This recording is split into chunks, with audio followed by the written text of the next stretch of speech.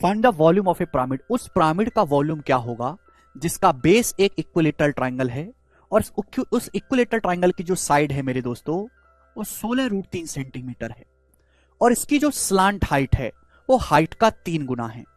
यानी कि बच्चों इक्विलेटरल ट्राइंगल की जो स्लांट हाइट है वो उसकी हाइट का 3 गुना है, यानी कि स्लांट हाइट से हाइट का जो रेशियो बच्चों 3:1 है। अगर स्लांट हाइट 1 है पिरामिड की तो स्लांट हाइट 3 है। ये सवाल में बोला गया करो। तो वॉल्यूम निकालने के लिए पिरामिड की हाइट पता करनी होगी। और हाइट कैसे निकलेगी मेरे दोस्तों, तो आपको मैंने समझा अभी भी पाइथागोरस थ्योरम लगा के। तो आपके पास बच्चों पिरामिड है जिसका बेस है समबाहु त्रिभुज और समबाहु त्रिभुज की भुजा कितनी है 16√3 सेंटीमीटर है। आप बोलोगे हाँ जी सर बिल्कुल सही यही है।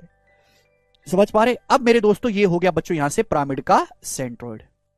सेंट्रॉइड से जितनी हाइट तक आपको उठाना है उतनी हाइट तक आप उठा लीजिए मेरे प्यारे भाई। और ये होगी मेरे दोस्तों इसकी स्लांट हाइट। आप बोलोगे हाँ जी सर। एपेक्स है मेरे दोस्तों ये स्लांट हाइट। आप बोलोगे हाँ जी। तो मेरे प्यारे भाई ये हो गया आपका राइट एंगल ट्राइंगल। ये होगी मेरे प्यारे भाई इन रेडियस। तो आप मुझे बताइए इन रेडियस कितनी है, ये इन रेडियस कितनी है बच्चों, जवाब दो। अगर इक्विलेटरल ट्राइंगल की साइड 16√3 है तो इन रेडियस होता है a/2√3। a/2√3 यानी कि आ जाएगा 2 8 16 8 सेंटीमीटर। तो 8 सेंटीमीटर आ गया बच्चों 8 सेंटीमीटर।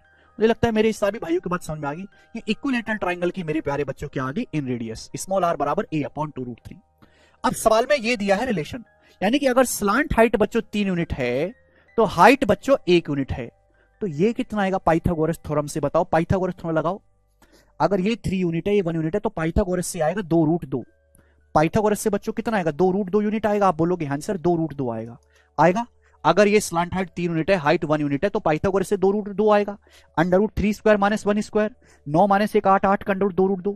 2√2 की वैल्यू 8 सेंटीमीटर है तो 1 यूनिट की वैल्यू कितनी आएगी 2√2 सेंटीमीटर। 1 यूनिट की वैल्यू बच्चों 2√2 सेंटीमीटर आ गई। 1 यूनिट की वैल्यू, बात समझे।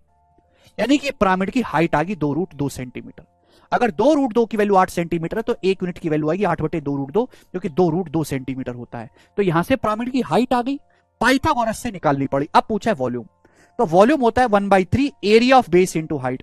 आधार का क्षेत्रफल गुणा होना चाहिए। अब आधार का क्षेत्रफल क्या होगा भाई, अगर किसी इक्विलेटरल ट्राइंगल की साइड 2 हो तो एरिया होता है √3।